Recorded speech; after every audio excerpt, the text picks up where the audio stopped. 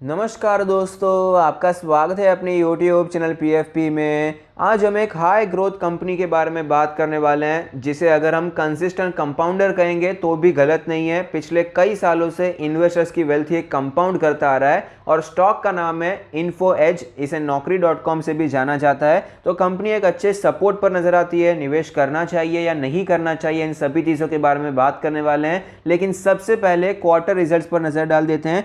39.54% का जंप देखने को मिला है नेट सेल्स में ईयर ऑन ईयर बेसिस पे। नेट प्रॉफिट हमें 2147% बढ़ता हुआ नजर आया। एबिटा में 85% का जंप देखने को मिला है। तो नेट प्रॉफिट इतना कैसे बढ़ गया? नेट सेल्स कितना हुआ है? नेट सेल्स आप देख सकते हैं 364 करोड़ का हुआ है और नेट प्रॉफिट 7000 करोड़ से भी ज्यादा हुआ है। तो ऐसे डिफरेंस आपको क्यों नजर आता है? तो इन्फो एज ने जोमैटो में जो शेयर सेल किया था उसका ये वन टाइम गेन है, जो कि आपको दिखाई पड़ता है, इसीलिए इतना प्रॉफिट नजर आता है। और जोमैटो अभी एक जॉइंट वेंचर नहीं रहा है, तो अकाउंटिंग स्टैंडर्ड के हिसाब से इसे कंसीडर करना पड़ा है। तो इसीलिए आपको जो इन्वेस्टमेंट बेचा गया है और जो इन्वेस्टमेंट अभी जोमैटो में अभी भी है, ये कंसीडरेशन होता हुआ नजर आया। तो ये हर साल नहीं होने वाला, हर क्वार्टर में नहीं होना है, ये वन टाइम एक्सेप्शनल गेम आपको दिखाई पड़ता है।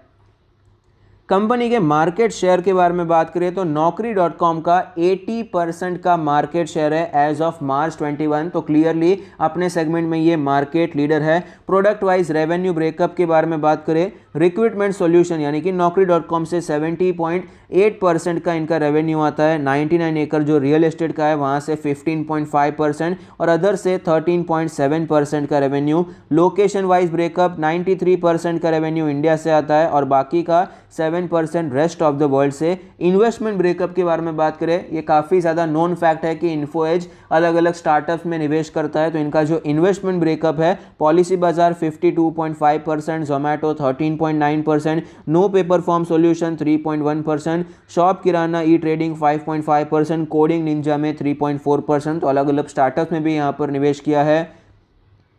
नंबर ऑफ यूनिक कस्टमर्स के बारे में बात करें तो Naukri.com में 65,000 एज ऑफ 6 सितंबर 2021 न्यू यूनिक कस्टमर्स आते हुए नजर आते हैं। नंबर ऑफ रेज्यूमेज कितने हैं? तो एज ऑफ सितंबर 21 78 मिलियन रेज्यूमेज आपको Naukri.com पर दिखाई पड़ते हैं। एवरेज रेवेन्यू पर यूजर के बारे में बात करें तो नौकरी में 76,000 रुपीज़ का आरपू हमें दिखाई पड़ता है as of March 2021। Quarterly billings कितना है? तो 402 करोड़ का आपको क्वार्टरली बिलिंग्स दिखाई पड़ता है एज ऑफ सितंबर 21।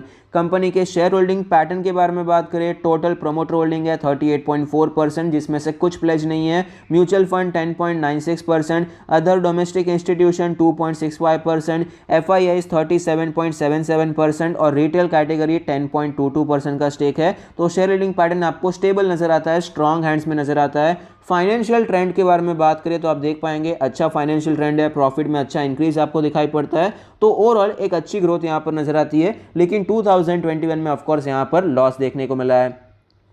72,000 करोड़ की मार्केट कैप है। 5490 का लास्ट डेट प्राइस है, जो कि 2.76% नीचे है। 8.55 का पीई रेशियो है। पीई रेशियो इतना कम इसीलिए है क्योंकि वन टाइम गेम हुआ है जोमैटो की वजह से, ये हर बार नहीं होने वाला है। तो इतना सस्ता पी रेशियो एक्चुअली इस कंपनी का नहीं है।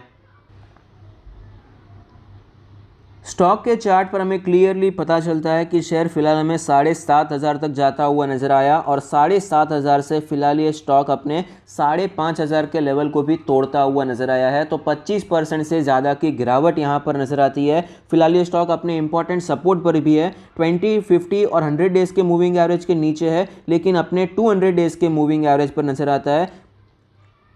2021 में पहले भी एक बार ये 200 डेज के मूविंग एवरेज पर आया है और यहीं पर सपोर्ट लेने के बाद एक अच्छी रैली भी हमें दिखाई पड़ी है। फिलहाल वापस ये स्टॉक उसी लेवल पर आता हुआ नजर आता है। डेली RSI 31 है, यहाँ पर वीक दिखाई पड़ती है। वीकली चार्ट के बारे में बात करें तो आप देख पाएंगे वीकली चार्ट पर ये अपने 50 वीक्स के मूविंग एवरेज के नज़दीक है, जो कि कई बार स्टॉक के लिए एक इंपॉर्टेंट सपोर्ट की तरह नजर आया। जब भी ये स्टॉक यहाँ पर आता है एक अच्छी रैली आपको वहाँ से देखने को मिलती है, कॉन्सोलिडेशन देखने को मिलता है, लेकिन गिरावट के चांसेस कम हो जाते हैं। वीकली RSI के बारे में बात करें तो वीकली RSI में फ्रॉथ बिल्कुल भी नहीं है। 44.79 का वीकली RSI है, तो 40 के नज़दीक है, 40-45 की रेंज में, जो कि एक अच्छा जोन है जहां पर आप एक्यूमुलेशन करने के बारे में सोच सकते हैं, खरीदारी करने के बारे में सोच सकते हैं। एक और चीज़ जो यहां पर नज़र आती है, 5,500 का लेवल पहले एक रेजिस्टेंस की तरह था और बहुत ही स्ट्रांग रेजिस्टेंस था। यहां पर तकरीबन 7-8 महीने लगे थे। आप देख पाएंगे 2021 में पहली बार यहां पर ट्राई किया, फिर से यहां पर ट्राई किया।